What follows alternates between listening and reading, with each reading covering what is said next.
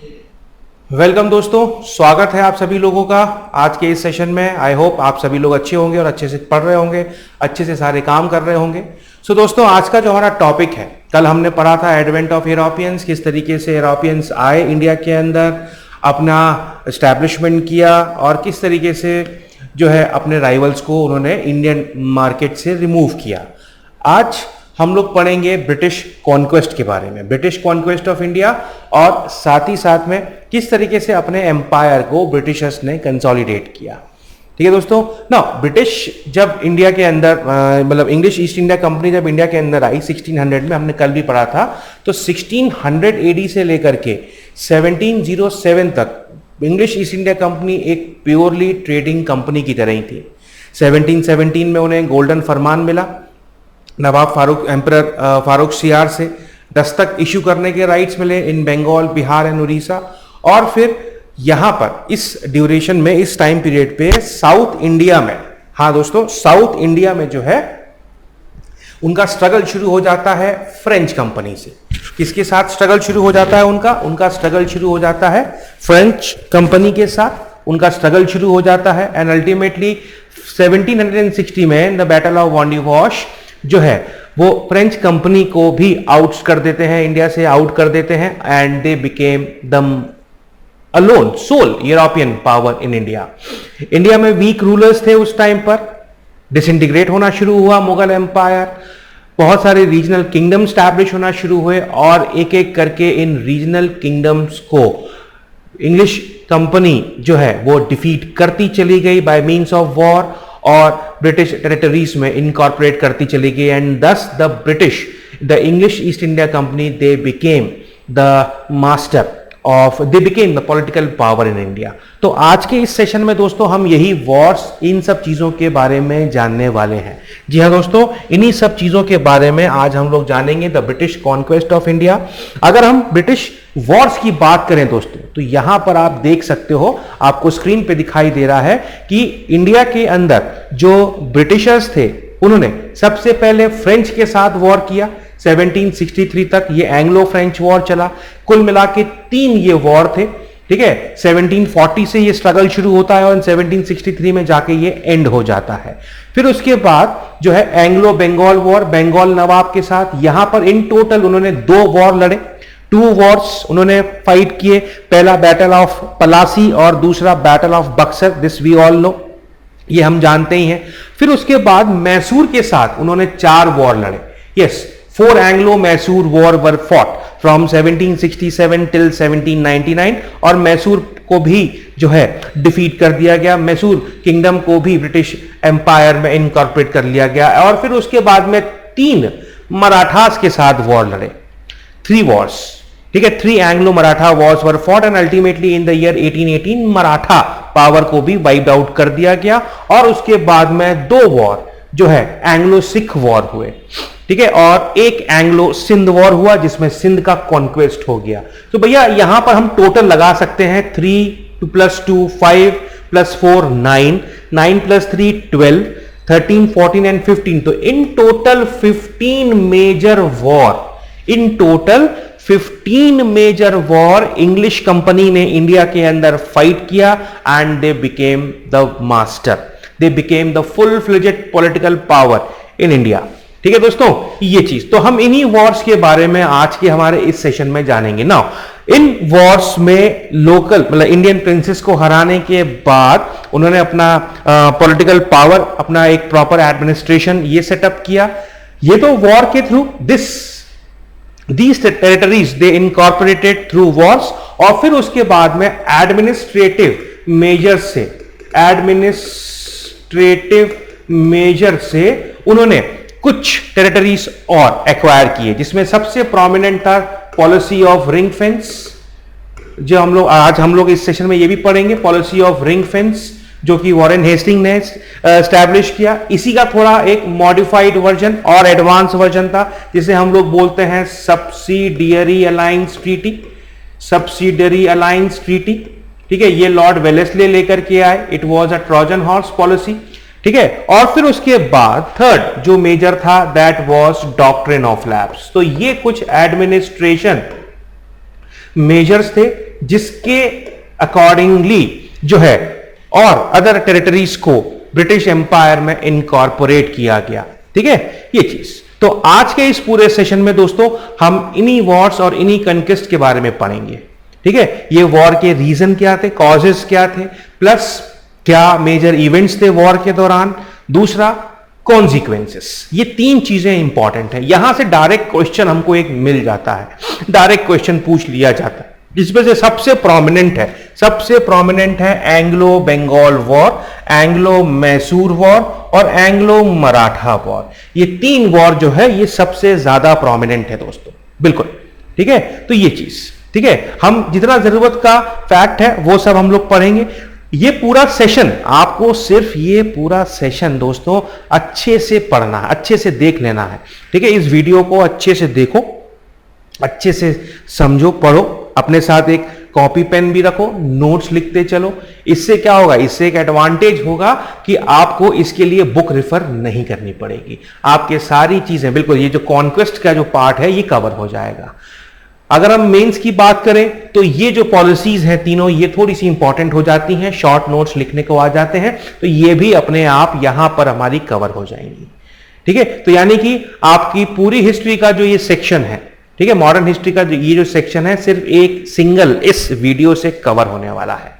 ठीक है दोस्तों, यहां पर तो हम हमारा आज का सेशन शुरू करते हैं, the British conquest of India, the very first section के साथ। यहां पर सबसे पहले आती है एंग्लो फ्रेंच वॉर। इनको कार्नेटिक वॉर भी कहा जाता है।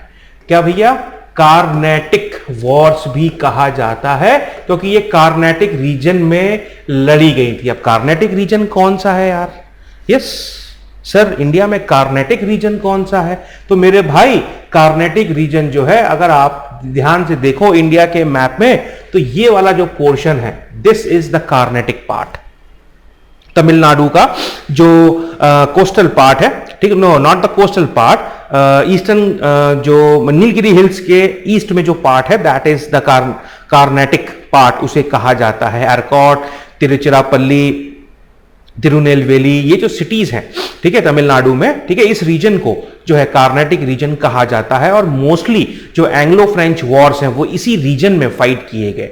ठीक है, और यहां पर इसीलिए इन वॉर्स को कार्नेटिक वॉर्स भी कहा जाता है। अगर क्वेश्चन में आ जाए कि Carnatic, the first Carnatic war और द सेकंड कार्नेटिक वॉर और द थर्ड कार्नेटिक वॉर, तो इससे आप कंफ्यूज मत होइएगा। ये हमारा first Anglo French struggle, that is the first Carnatic war. ठीक है, second Anglo French war, that is the second Carnatic war, और third Anglo French war, that is the third Carnatic war. ठीक है, मैंने क्या कहा आपको, इन टोटल 3 वॉर लड़े गए, और बैटल ऑफ वंडीवॉश जो थी ये एक डिसिसिव बैटल थी। जी हां दोस्तों, ये एक डिसिसिव बैटल थी। ठीक है, जो कि 1560 में फाइट की गई थी, सॉरी 1560 में ये बैटल फाइट की गई थी। ठीक है, ये चीज गॉट इट, ये पार्ट। तो ये 3 वॉर लड़े इंग्लिश कंपनी ने फ्रेंच के साथ, इंग्लिश कंपनी ने फ्रेंच के साथ ये 3 वॉर कंटेस्ट किए। नाउ पहला जो वॉर था एंग्लो फ्रेंच वॉर 1740 में शुरू हुआ, 1748 तक चला। पहला जो ये वॉर था ये 1740 में स्टार्ट हुआ और ये 1748 तक चला। देखो भैया, ये जो वॉर है, yes, the first Anglo French war, ये पूरी तरीके से यूरोपियन इन्फ्लुएंस के साथ था। देखो, यूरोप में फ्रांस और ब्रिटेन, ये 2 मेन पावर्स थे, और ये जो है लगभग आपस में कंटेस्ट करते रहते थे, स्ट्रगल इनके बीच में चलते रहता था for the colonies, for the territories. ठीक है दोस्तों, तो उस वॉर का एक्सटेंशन था the first Anglo French war. भैया, यूरोप में लड़ाई हुई दोनों नेशन के बीच में, ब्रिटेन और फ्रांस के बीच में, जहां जहां पर इन कंपनीज के स्ट्रांग होल्ड थे, वहां पर ये कंपनीज आमने सामने आ गई और वॉर शुरू हो गया। And yes, the first war was started. अब क्या हुआ भैया, इंडिया के अंदर वॉर शुरू हुआ। इंडिया के अंदर वॉर शुरू हुआ। वॉर शुरू होने के साथ साथ इन दोनों यूरोपियन कंपनीज की लड़ाई से क्या हुआ, जो रूलर्स थे, नेटिव रूलर्स जो थे, वो थोड़े से इफेक्ट हो गए। उनमें इफेक्ट आया। भैया ऑब्वियसली आएगा। आज मान लो मैं कहीं का रूलर हूं, मेरी टेरिटरी में अगर कोई वॉर हो रही है, ठीक है, तो यस डिस्टर्बेंसेस तो क्रिएट होगा ही होगा, लॉ एंड ऑर्डर सिचुएशन बिगड़ेगी, तो उससे मेरे एडमिनिस्ट्रेशन, मेरी किंगडम के एडमिनिस्ट्रेशन पर बुरा असर पड़ेगा। इंडिया में भी यही हुआ। जैसे ही ये वॉर इंडिया में शुरू हुई, कार्नाटिक रीजन में लॉ एंड ऑर्डर का प्रॉब्लम शुरू हो गया।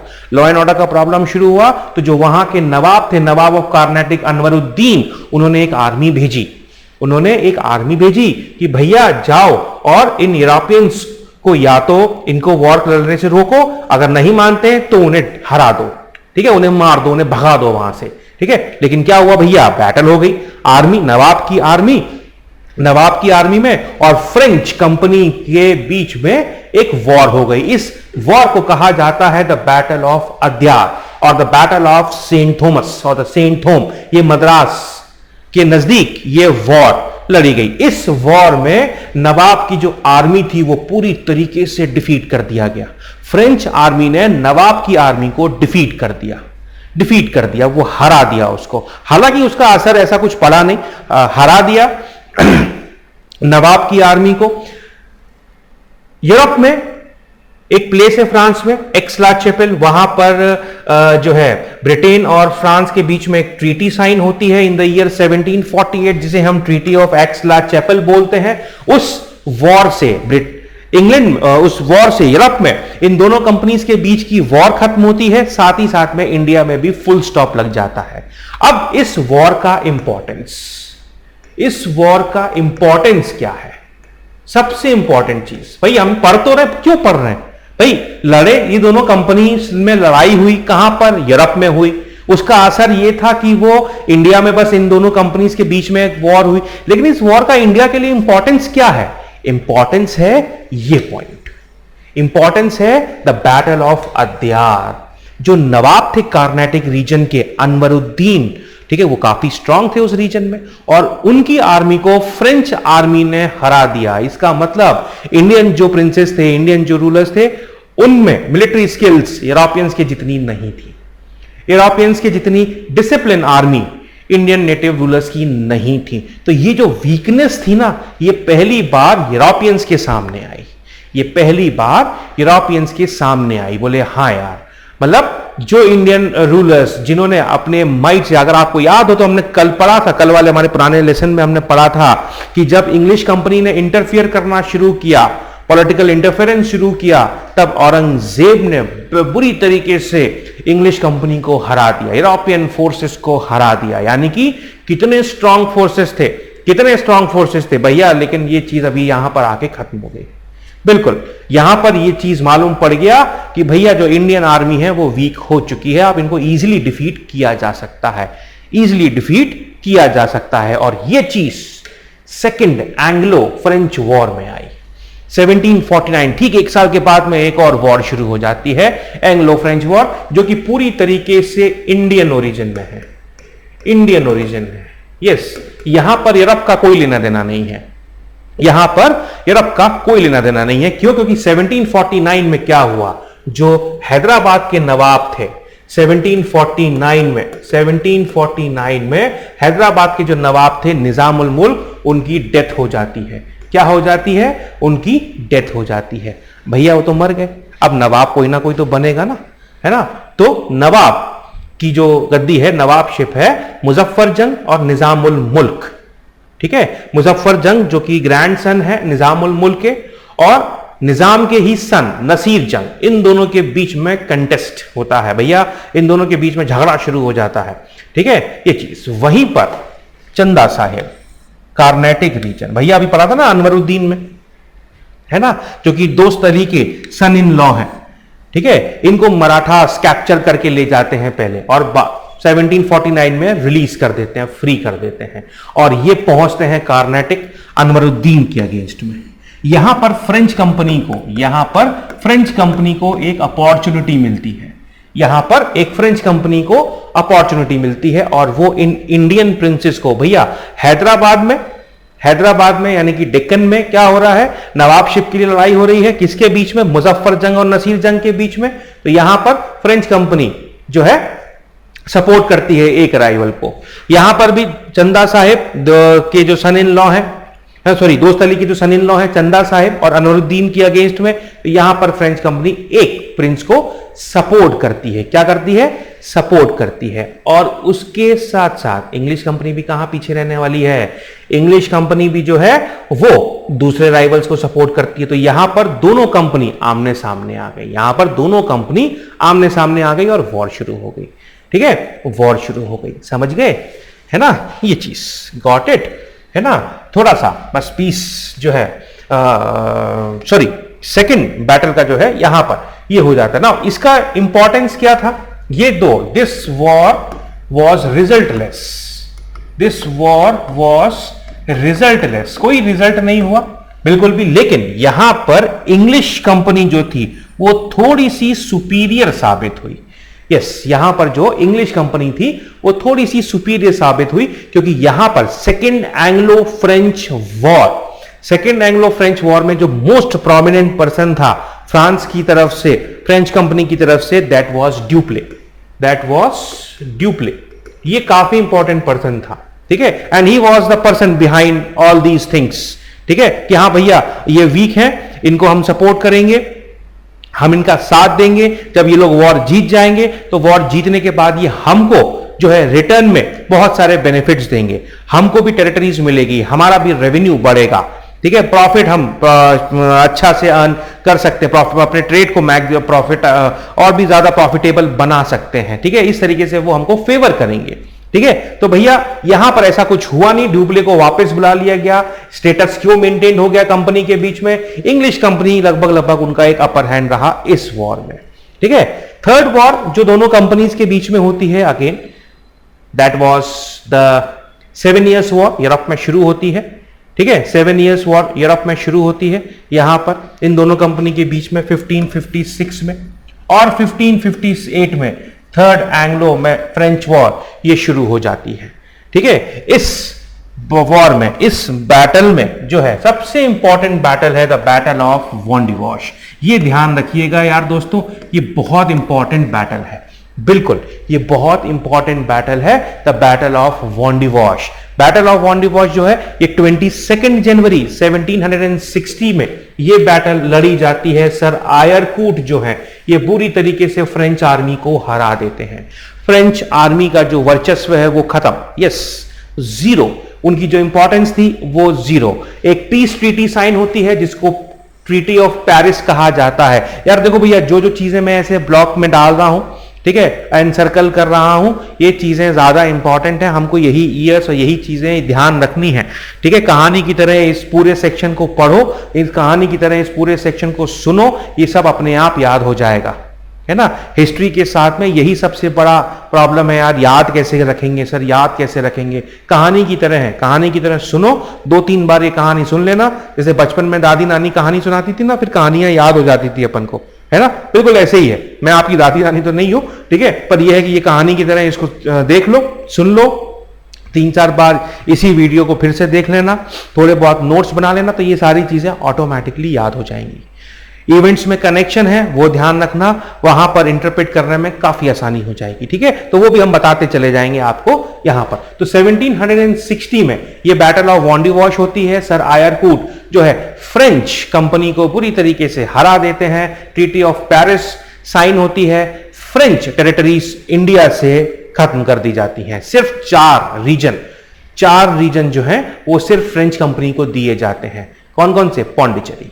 कौन कौन से भैया? पौंडीचेरी, है ना, पौंडीचेरी, माहे ये केरला में है, कैरिकल एंड येनम। बस ये 4 टेरिटरीज जो हैं ये फ्रेंच कंट्रोल में रहती हैं। ठीक है, और ये 1961 तक फ्रेंच कंट्रोल के अंडर में, फ्रेंच के अंडर में रहती हैं ये। ठीक है दोस्तों, तो ये एंग्लो फ्रेंच स्ट्रगल था। यहां पर फ्रेंच कंपनी चली गई, खत्म, ओवर, फिनिश्ड। ठीक है, अब रह गए सिर्फ ब्रिटिशर्स, अब रह गई सिर्फ English east India company. Got it? समझ गए दोस्त? ठीक है, ये पार्ट। अब आती है भैया क्या कॉजेस थे फेलियर के। सबसे बड़ा था डिफरेंस इन ऑर्गेनाइजेशन। क्या? इंग्लिश कंपनी जो थी वो एक प्राइवेट मर्चेंट कंपनी थी और फ्रेंच कंपनी जो थी वो गवर्नमेंट कंपनी थी। यहां पर मर्चेंट्स अपने अकॉर्डिंगली, अपने हिसाब से, अपने बेनिफिट के हिसाब से डिसीजंस लेते थे, लेकिन इंडिया के अंदर जो फ्रेंच कंपनी थी वो पूरी तरीके से गवर्नमेंट के ऊपर डिपेंडेंट थी। ठीक है, पूरी तरीके से गवर्नमेंट के ऊपर डिपेंडेंट थी, even for the finance, even for the finance. बिल्कुल भैया, बिना पैसे के तो नहीं लड़ी जा सकती, बिना पैसे के तो वॉर नहीं लड़ी जा सकती। अब कंपनी के पास अगर पैसा ही नहीं होगा तो वॉर भी नहीं लड़ पाएंगे, वो अच्छे से अच्छे इक्विपमेंट्स नहीं होंगे उनके पास। ठीक है, तो यहां पर इंग्लिश कंपनी जो है अपर हैंड था इंग्लिश कंपनी का। प्लस साथ ही साथ में 1757 ये जो ईयर है ये काफी इंपॉर्टेंट है ना भैया। यहां पर हमने क्या देखा, ये बैटल कब हो रही है? 1760 में हो रही है। और ये जो ईयर है 1757 भैया, 1757 1760 से पहले ही आएगा ना, तो 1760 से पहले ये जो ईयर है 1757 ये काफी इंपॉर्टेंट है for the English east India company. Vast resources जो है ये कंपनी के पास आ गए बैटल ऑफ प्लासी के बाद। जी हां, 1757 में बैटल ऑफ प्लासी हुई थी। English company by luck, by ऐसा नहीं जीती है, बिल्कुल बहुत प्लान्ड मैनर में सारी चीजें चली बॉस। यस, 1757 में अगर बैटल ऑफ प्लासी नहीं होती या 1757 में इंग्लिश का तो बैटल ऑफ प्लासी हो भी जाती और अगर इंग्लिश कंपनी हार जाती तो 1760 में बैटल ऑफ वंडीवॉश शायद नहीं होती। ठीक है, और अगर होती भी तो उसका रिजल्ट कुछ और होता। ठीक है, उसका रिजल्ट कुछ और होता। पर 1757 में बैटल ऑफ प्लासी हुई। बैटल ऑफ प्लासी से मिले ह्यूज रिसोर्सेज बंगाल से, कंपनी के ऑफिशियल्स को, कंपनी को मिले। ठीक है, और उसी पैसे को उन्होंने यूज किया इन 1760, उसी पैसे को कंपनी ने यूज किया इन 1760। ठीक है, बैटल ऑफ वॉन्डीवॉश में अगेंस्ट द फ्रेंच कंपनी, और उसका फायदा मिला, उसका फायदा मिला और इंग्लिश कंपनी जीत गई, बड़ी आसानी के साथ जीत गई। बिल्कुल, पॉलिटिकल लीडरशिप काफी अच्छी थी, जनरलशिप काफी अच्छी थी इंग्लिश की। और ड्यूप्ले जो है वो ट्रेड छोड़ करके, अपने कंपनी के फायदे को, बेनिफिट्स को छोड़ करके पॉलिटिकल इंटरव्यूज में इंडल्ज्ड हो गए। Second Anglo French war was the result. ठीक है, the second Anglo French war was the result of this. Got it? तो ये कुछ कॉजेस थे कि फ्रेंच क्यों डिफीट हुए। ठीक है, हालांकि रिलीजियस झील जैसे पोर्चुगीज का था, कन्वर्जन, फोर्सिबल मैरिजेस, ये सब ऑर्थोडॉक्सी, ये सब फ्रेंच कंपनी और इंग्लिश कंपनी के साथ नहीं थे, लेकिन फिर भी फ्रेंच कंपनी हार गई, इंग्लिश कंपनी जीत गई। ठीक है, ये चीज गॉट इट, ये पार्ट। अब आती है भैया हमारी एंग्लो बंगाल वॉर। दो वॉर हैं, बिल्कुल, द बैटल ऑफ प्लासी। दो वॉर हैं, the battle of Plassey and the battle of Buxar. बिल्कुल, यहां पर दो वॉर लड़े गए। कौन कौन से? बैटल ऑफ प्लासी, ठीक है, and the battle of Buxar. दोस्तों, ये दो बैटल आ गई हैं। ठीक है भैया, मैं आपको एक चीज बता रहा हूं, इसको बड़े ध्यान से सुनिएगा। 1757, 1760, 1761 एंड 1764, पूरी ब्रिटिश हिस्ट्री में ये 4 साल काफी इंपॉर्टेंट है। ये 4 जो ईयर है ना, ये काफी इंपॉर्टेंट है। मैंने आपको बता दिया कि 1757 में बैटल ऑफ प्लासी हुई थी, हमको पता है बैटल ऑफ प्लासी कंपनी जीत गई।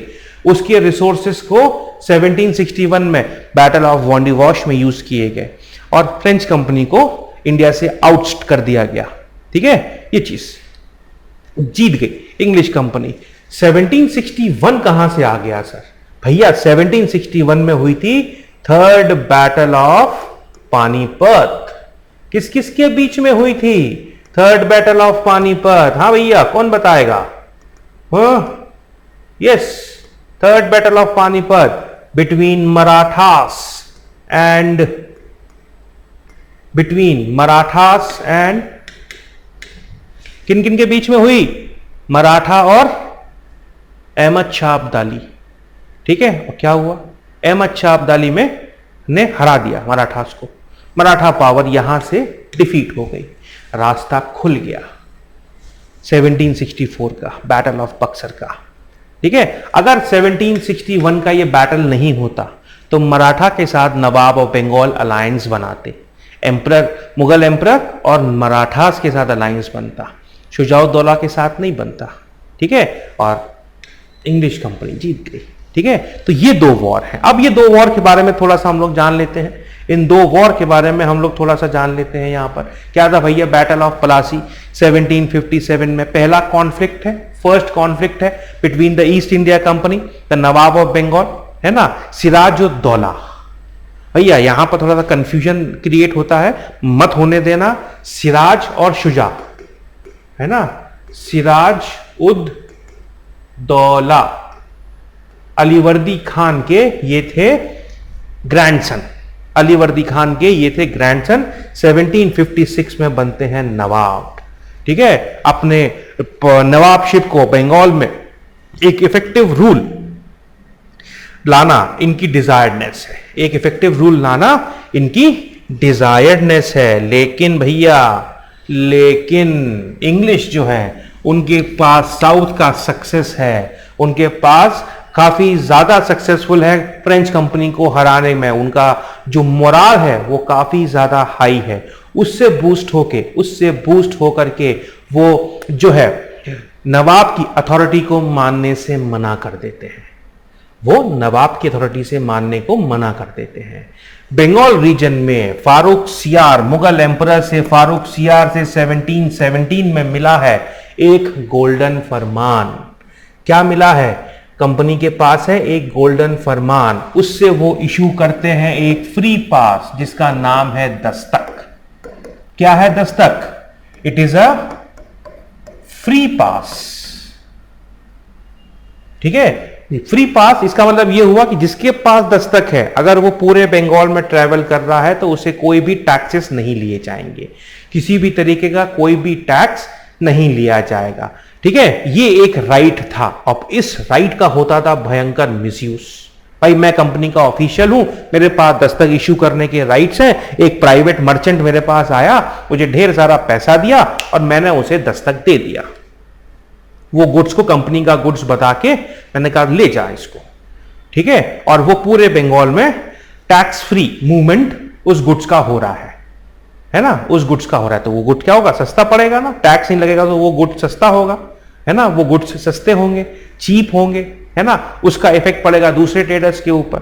नवाब को रेवेन्यू नहीं मिलेगा, नवाब को पैसा ही नहीं आएगा, है ना। तो नवाब की ट्रेजरी खाली, जब ट्रेजरी खाली तो एडमिनिस्ट्रेशन कैसे चलेगा? तो यहां पर क्या हुआ, सिराजुद्दौला को यह बिल्कुल भी पसंद नहीं आया, क्योंकि उससे उसकी इनकम इफेक्ट हो रही थी, उसकी इनकम इफेक्ट हो रही थी। जो नेटिव ट्रेडर्स थे उन पर इफेक्ट पड़ रहा था, बेचारे वो क्या करते? तो उसने इस चीज पर चेक रखना शुरू किया। क्या किया उसने चेक रखना शुरू किया, और जैसे ही उसने इस माल प्रैक्टिस पर चेक किया, पनिश करना शुरू किया उन इंडियन मर्चेंट्स को, तो वो भाग के गए कहां पर? इंग्लिश के पास। वो भाग के कहां गए? वो गए इंग्लिश के पास। ठीक है, वो गए इंग्लिश के पास और इंग्लिश ने उनको उनका प्रोटेक्शन भी दिया। यही कारण बना इस कॉन्फ्लिक्ट का। बिल्कुल, बैटल ऑफ प्लासी जो है ये वॉर, ये दस्तक के कारण हुई। किसके कारण हुई? दस्तक के कारण। सो सबसे इंपॉर्टेंट क्या हुआ यहां पर सबसे इंपॉर्टेंट हुआ दस्तक। ठीक है, सबसे इंपॉर्टेंट हुआ यहां पर दस्तक, तो ये ध्यान रखिएगा, है ना, सबसे इंपॉर्टेंट है। अब क्या हुआ? अब पूरी कहानी सुनो। बैटल ऑफ प्लासी कब हुई? 1757 में। 1757 से एक ईयर आता है जिसका नंबर है 1756। 1756 में क्या हुआ था? कुछ हुआ था, अभी थोड़ी देर पहले बताया मैंने। यूरोप में इंग्लिश और फ्रेंच कंपनी के बीच, फ्रांस के बीच में वॉर हुई। 7 इयर्स वॉर स्टार्ट हो गई भैया। थर्ड कार्नेटिक वॉर का कारण था ना वो ये चीज। तो यहां पर क्या हुआ? ये वॉर शुरू हो गई। तो फोर्ट विलियम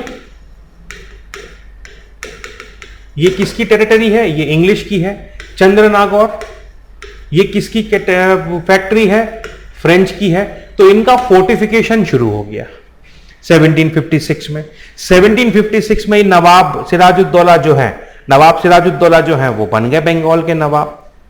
उन्होंने कहा यार ये क्या बात हुई, मेरी टेरिटरी में मेरे ही अगेंस्ट में ये फोर्टिफिकेशन चालू हो रहा है। तो बोले नहीं, आप ऐसा नहीं कर सकते, अगर आपको लड़ना है बाहर जाओ, मेरे घर में लड़ाई नहीं लड़ोगे, घर के बाहर जाओ, वहां लड़ो, जो करना है वो करो, बंगाल में लड़ाई नहीं होगी।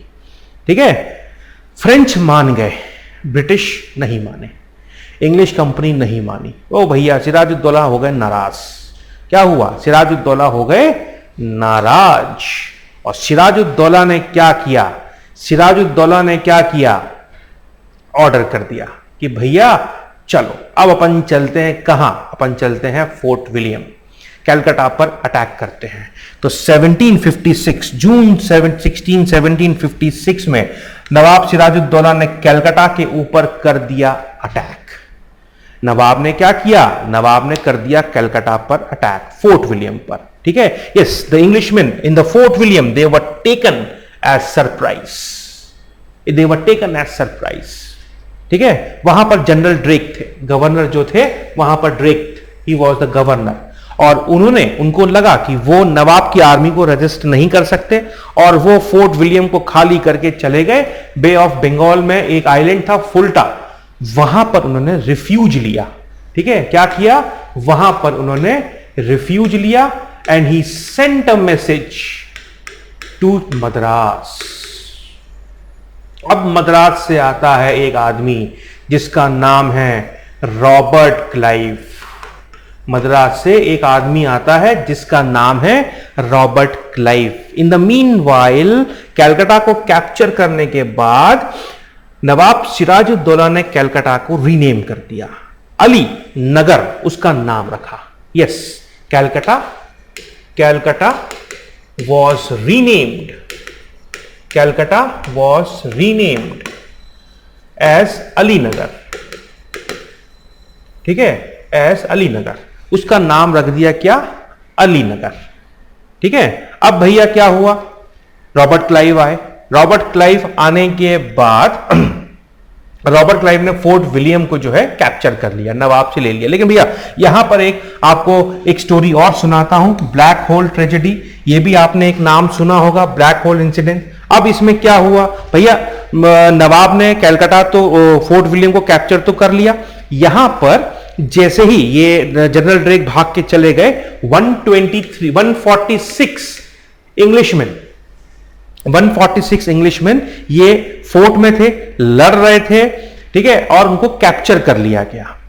जब फोर्ट सरेंडर हो गया तो 10x10 के रूम में, ऐसा कहा जाता है कि 10x10 के रूम में जो है इन 146 ब्रिटिश पर्सन्स को रख दिया गया फॉर अ नाइट। और अगले दिन सवेरे इस 146 में से सिर्फ 23 सरवाइव कर पाए।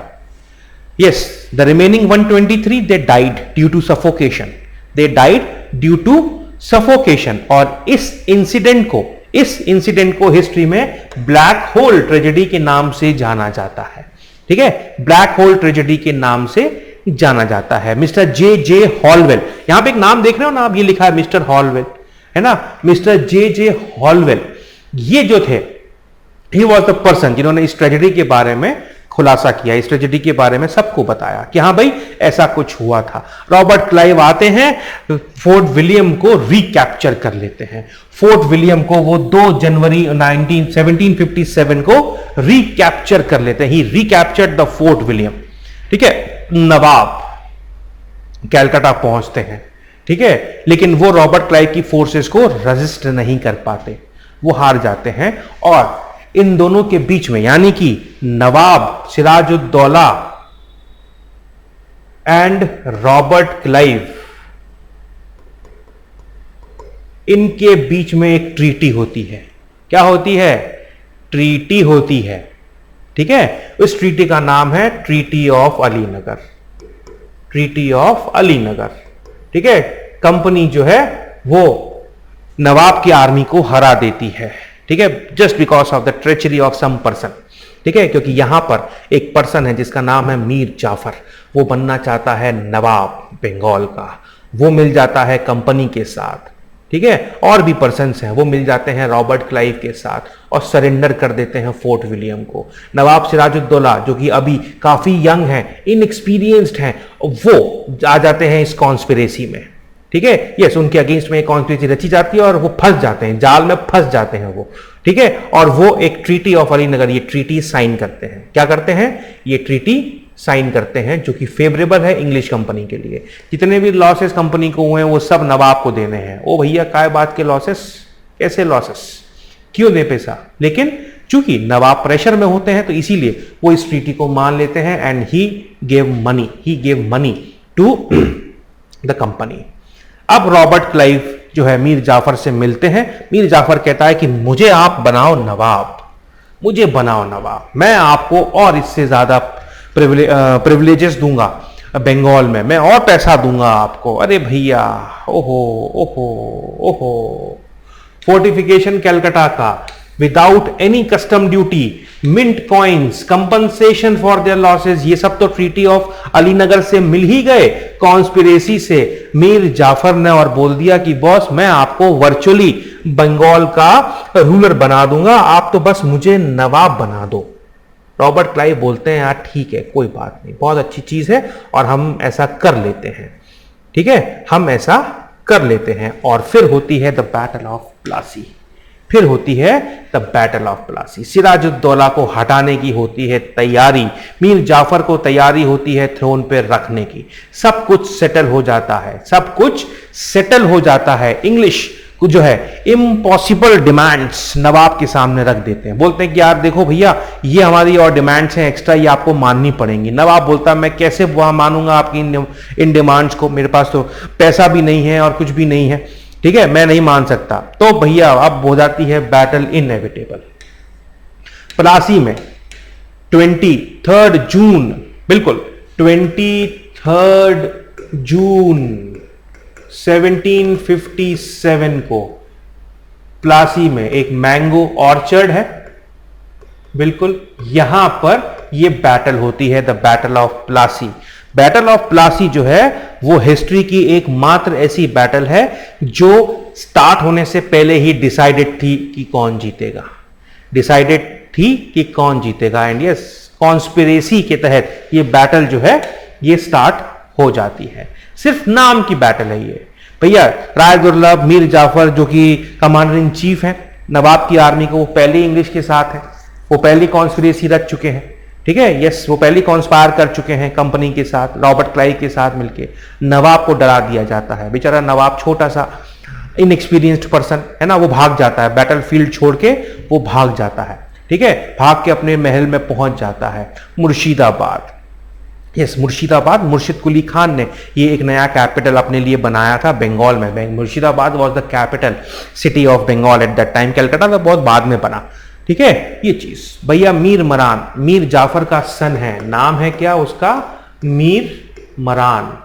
ये मीर मरान जो है ये मुर्शिदाबाद के पैलेस में इंतजार कर रहे होते हैं, किसका? सिराजुद्दौला का।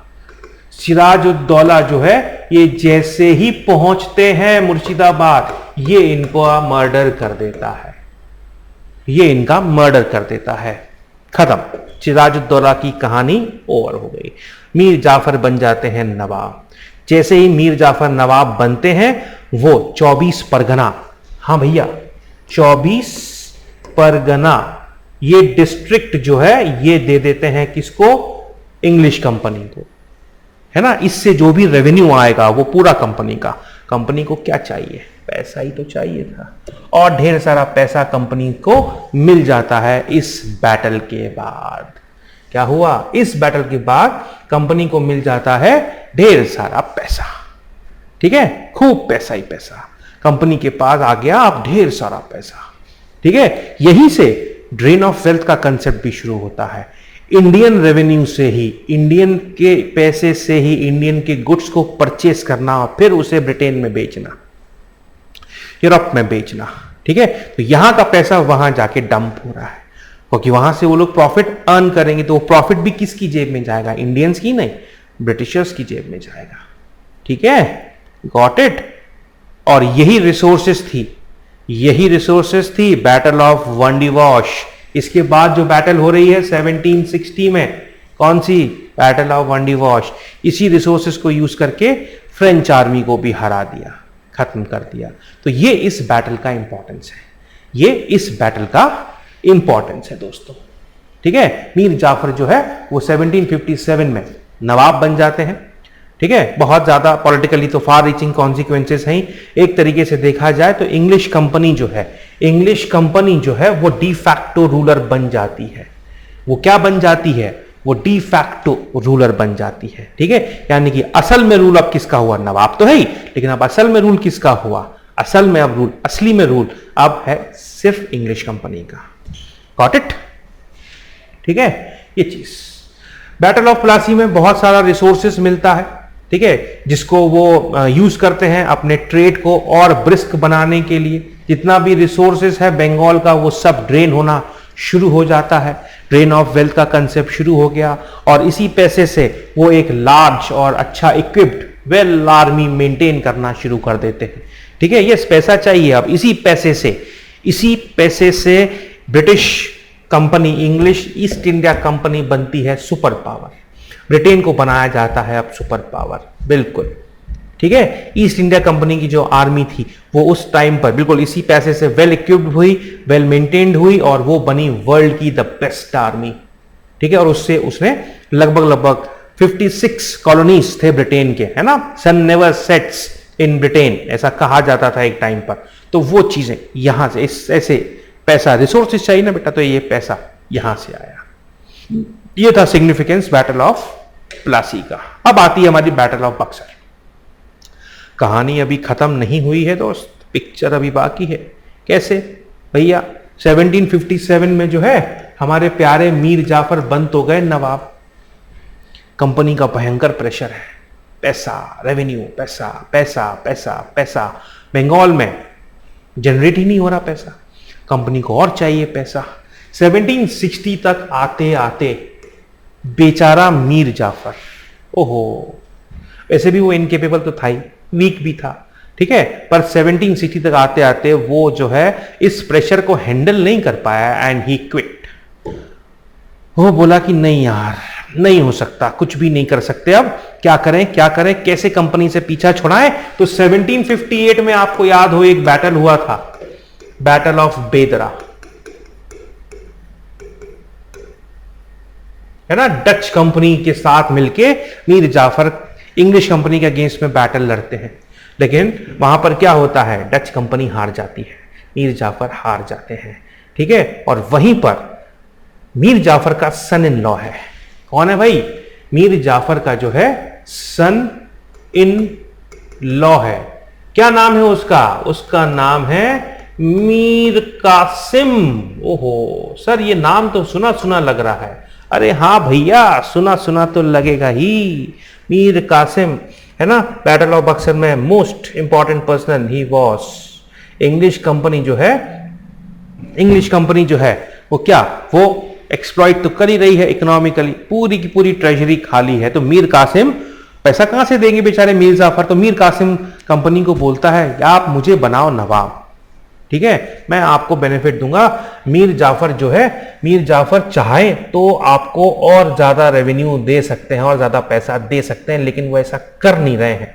ठीक है, आप मुझे नवाब बना दो। मीर जाफर को हटा दिया जाता है। इंग्लिश कंपनी जो है मीर जाफर को हटा देती है और मीर कासिम को जो है वो बना देती है द नवाब। मीर कासिम को नवाब बना देती है, खुश होकर के। बुर्दवान, मिदनापुर और एक जगह और है, मैं नाम भूल रहा हूं। तो वो तीनों का जो दीवानी rights, means right to collect revenue, वो कंपनी को मिल जाते हैं फ्रॉम मीर कासिम। पर मीर कासिम क्या है? मीर कासिम जो है थोड़ा सा केपेबल एडमिनिस्ट्रेटर है। मीर कासिम जो है वो थोड़ा सा एक केपेबल एडमिनिस्ट्रेटर है। ठीक है, ये चीज ठीक है। मीर कासिम जो है वो थोड़े से एक केपेबल एडमिनिस्ट्रेटर है। तो वो क्या करते हैं? मीर कासिम जो है, ठीक है, बुर्दवान, मिदनापुर और चित्तगांव, ये जो है ये कंपनी को मिल जाती हैं।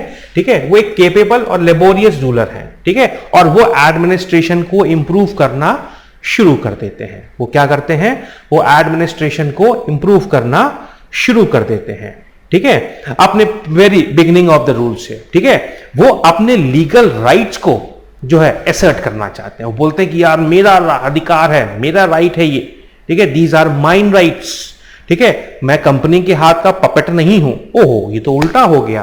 कंपनी सोची कि हमने एक पपेट को हटा के दूसरे पपेट को बिठाया, पर ये तो पपेट है ही नहीं, ये तो पपेट है ही नहीं, है ना भाई। आपने मेरे को फेवर किया, मैंने आपके लिए ये कर दिया कि मैंने आपको 3 जो है जागीर और दे दिए। मैंने आपको बुर्दवान, मिदनापुर और चित्तगौन ये दे दिए, है ना। ये चीज नवाब जो है अब बोला अब नहीं दे पाएंगे हम, अब हमारे पास पैसा नहीं है, ठीक है, अब आपको जो भी कुछ है आपको सिस्टमैटिक मैनर में चलना पड़ेगा। हमको बंगाल को फिर से अपने पैरों पे खड़ा करना है, यहाँ के एडमिनिस्ट्रेशन को फिर से हमको स्ट्रांग बनाना है। ओहो भैया, कंपनी को ये पसंद ही नहीं आया। बोले यार ये क्या हुआ, गलत बात है यार। अब वॉर के लिए ग्राउंड्स तैयार है, बैटल ऑफ बक्सर ये हो जाती है। प्राइमरी रीजन तो भैया आज भी वही है, वो था दस्तक, ठीक है। ये चीज कॉन्फ्लिक्ट नवाब और कंपनी के बीच में शुरू होता है कि कौन डोमिनेट करेगा बंगाल में। मीर कासिम जो है किसी भी तरीके से तैयार नहीं था पावर को शेयर करने के लिए। उसने बोला कि बॉस तुम एक ट्रेडिंग कंपनी हो, ट्रेडिंग कंपनी हो, ट्रेडर की तरह ही रहो, एक ट्रेडिंग कॉरपोरेशन की तरह ही बिहेव करो, पॉलिटिकल पावर की तरह बिहेव करने की कोई जरूरत नहीं है। कंपनी बोली यार ये तो गलत बात है यार, दिस इज नॉट डन, ये अच्छी बात नहीं है, ये अच्छी बात नहीं है। मीर कासिम ने और इस आग में घी डाल दिया। वो बोला कि इंग्लिश कंपनी जो है वो ट्रेड तो कर ही रही है बिना पेमेंट के, ठीक है, ये चीज, और दस्तक भी बेच रही है किसको, इंडियन मर्चेंट्स को। तो 2.5% का जो ड्यूटी है जो लगता है एक्स्ट्रा, 2.5% का ड्यूटी इंडियन मर्चेंट्स के ऊपर, वो बोलता है ठीक है यार हटा। इसको उसने रिमूव कर दिया, इस ड्यूटी को उसने रिमूव कर दिया, बोले हटाओ, नहीं रहेगी ड्यूटी, नहीं रहेगी, सब एक बराबर एट पार आ गए। और ये बाप रे बाप, कंपनी को और लॉसेस लग गए, कंपनी को और लॉसेस लग गए। इंडियन ट्रेडर्स बोले अब ये अच्छा किया नवाब ने, ये नवाब ने अच्छा किया कि भैया जो ट्रेड टैक्स था उसे हटा दिया। कंपनी ने बोला कि भैया इस ट्रेड टैक्स को लगाओ, रीइंपोज करो फिर से मर्चेंट्स के ऊपर। बोले ना नहीं करूंगा, ना नहीं करूंगा। कैपिटल को शिफ्ट कर दिया, capital was shifted, capital was shifted to Munger, ठीक है, कैपिटल वॉज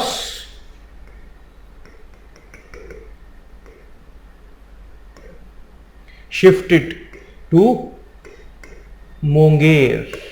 मुंगेर बिहार में है, मुर्शिदाबाद बंगाल में है, कलकत्ता के नजदीक है। अब मुंगेर पहुंच गए, है ना, मुंगेर पहुंच गए। बोले यार कैपिटल भी दूर है, अब इंटरफेरेंस की चांसेस कम रहेंगे एडमिनिस्ट्रेशन में, ठीक है। अब भैया सीरीज ऑफ बैटल्स हुए पर वो कोई भी फ्रूटफुल नहीं था, ठीक है। एक अलायंस बनाया उन्होंने सुजाउद्दौला और मुगल एम्परर के साथ में, और बैटल ऑफ बक्सर शुरू हो जाती है।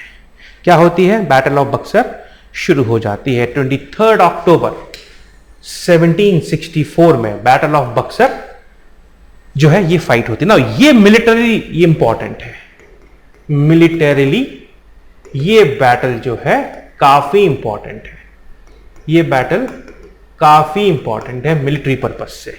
मिलिट्री पर्पस से क्यों, क्योंकि लगभग हेक्टर मुनरो जो कमांडर थे ब्रिटिश फोर्सेस के, ये ट्रिपल अलायंस को, जो कि मुगल एम्परर शाह आलम टू मीर कासिम सुजाउद्दौला इनके बीच में जो बनता है, इस ट्रिपल अलायंस को हरा देते हैं इजीली। विद इन 5 आवर्स ये बैटल कंक्लूड हो जाती है।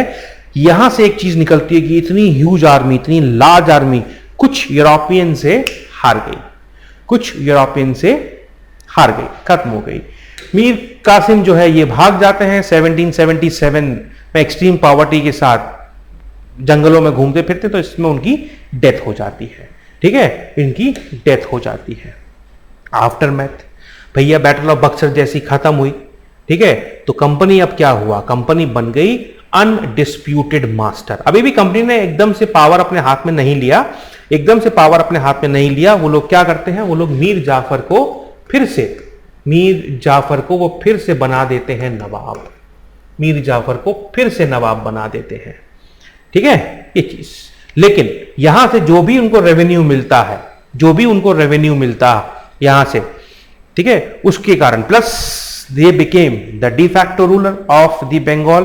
तो यहां से एक पाथ, एक वे, एक रास्ता मिल जाता है उनको कि भैया अब जो है ब्रिटिश फ्रंटियर्स को एक्सपैंड करना है। तो यस, उनका एक्सपेंशन प्रोसेस शुरू हो जाता है, उनका एक्सपेंशन प्रोसेस शुरू हो जाता है। ठीक है ये चीज, गॉट इट, ठीक है यस। स्ट्रेंथ, ये वॉर जो है वो स्ट्रेंथ के थ्रू, ये diplomatic skills of war, arms और उसके थ्रू ये जीती गई थी। ठीक है ये चीज, गॉट इट। प्लस 1765 में, प्लस 1765 में क्या होता है, क्लाइव लौट के आते हैं as a governor of Bengal, East India company in Calcutta, और यहां पर ट्रीटी ऑफ इलाहाबाद होती है। यहां पर ट्रीटी ऑफ इलाहाबाद ये साइन होती है, जो कि एज अ रबर स्टैम्प की तरह यूज करते हैं मुगल एम्परर को। ठीक है, treaty of Allahabad was sign between Shah Alam II and nawab of Awadh Shujauddaulah, nawab of Awadh Shujauddaulah. और यहां से डुअल गवर्नमेंट का स्टैब्लिशमेंट होता है। क्या होता है, डुअल गवर्नमेंट का स्टैब्लिशमेंट होता है बंगाल में। मुगल एम्परर शाह आलम से, मुगल एम्परर जो शाह आलम है वहां से मिलते हैं कंपनी को क्या, दीवानी राइट्स। वहां से क्या मिलते हैं कंपनी को, दीवानी राइट्स। दीवानी राइट्स का मतलब क्या होता है, the right to collect revenue from Bengal, Bihar and Orissa, from Bengal, Bihar and Orissa.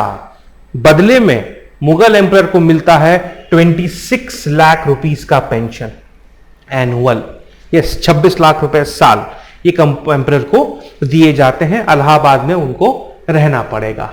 Clive Awadh के साथ भी बनाते हैं, ठीक है, अवध के साथ भी बनाते हैं। नवाब को 50 लाख रुपीस देने हैं शुजाउद्दौला को, कंपनी को एज अ वॉर इंडेमनिटी। ठीक है, यस, युद्ध में जो भी खर्चा हुआ, वॉर में जो भी खर्चा हुआ, उसमें वॉर इंडेमनिटी 50 लाख रुपीस देने हुए हैं।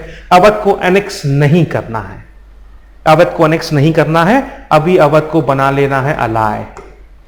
ठीक है, क्यों, why, because of Afghans, because of Afghans. ठीक है, because of Afghans. Next treaty जो है ये नवाब ऑफ अवध को बना देती है एक फर्म फ्रेंड। ठीक है ये चीज, गॉट इट। ठीक है, ये पार्ट जो मैंने आपको बताया थोड़ी देर पहले, डुअल गवर्नमेंट ये स्टैब्लिश कर दी जाती है इन बंगाल फ्रॉम 1765 टू 1762। ठीक है, रॉबर्ट क्लाइव, ठीक है, battle of Buxar, east India company जो है रियल मास्टर बन जाती है। रॉबर्ट क्लाइव इस डुअल सिस्टम ऑफ गवर्नमेंट को इंट्रोड्यूस करते हैं, है ना, इस डुअल गवर्नमेंट सिस्टम को इंट्रोड्यूस करते हैं। मैंने आपको बता ही दिया डुअल गवर्नमेंट में क्या था। दीवानी राइट्स ये किससे मिले, ये दीवानी राइट्स जो हैं ये किससे मिले, ये मिले मुगल एम्परर शाह आलम से, मुगल एम्परर शाह आलम से। ठीक है, अब डुअल है तो दूसरा रोल क्या, ये तो एक रोल हो गया लैंड रेवेन्यू कलेक्ट करने का, दूसरा रोल क्या है, दूसरा रोल है निजामत फंक्शन। ठीक है, निजामत राइट्स। सर निजामत क्या होता है, अरे भाई ये तो सिविल राइट्स हो गए, दीवानी राइट्स रेवेन्यू कलेक्ट करने के लिए। लॉ एंड ऑर्डर कैसे मेंशन करेंगे, मेंटेन करेंगे, तो लॉ एंड ऑर्डर के लिए निजामत फंक्शन होता है। निजामत जो राइट्स हैं वो कंपनी जो है, निजामत राइट्स जो है वो कंपनी जो है डेप्यूटी सूबेदार, यस, दीवान तो उनका खुद का है ही, अब डेप्यूटी सूबेदार जो है, सूबादार, अगर आपको याद हो मराठा मुगल एडमिनिस्ट्रेशन में हमने एक टर्म पढ़ी थी सूबा, जिसे प्रोविंस कहा जाता है, जिसका एक गवर्नर होता था। ठीक है, जिसे सूबेदार कहा जाता था। ठीक है, तो यह भी एक सूबा है। Bengal was a province during the time of Mughal empire. तो वो क्या करते हैं, वो यहां पर एक डेप्यूटी सूबादार, एक तरीके से बोलो डेप्यूटी नवाब पॉइंट कर दिया, जिसका मेन काम है निजामत फंक्शन को डील करना। नवाब के पास राइट्स नहीं है, कंपनी का ही आदमी है जो कि ये फंक्शन को डील कर रहा है। तो पैसा तो आ गया, अब निजामत राइट्स भी यहां पर कंपनी के पास है, यानी कि उस पूरे प्रोविंस का जो भी लॉ एंड ऑर्डर है, जो भी एडमिनिस्ट्रेशन है, अब उसे कंपनी ही चलाएगी। ठीक है, बिना कंपनी की मर्जी के वहां पर कुछ भी नहीं होगा। Got it, clear. तो ये है डुअल गवर्नमेंट। ये क्या है, ये है डुअल गवर्नमेंट। ठीक है, इससे कंपनी जो है बहुत एडवांटेजियस पोजीशन में आ गई।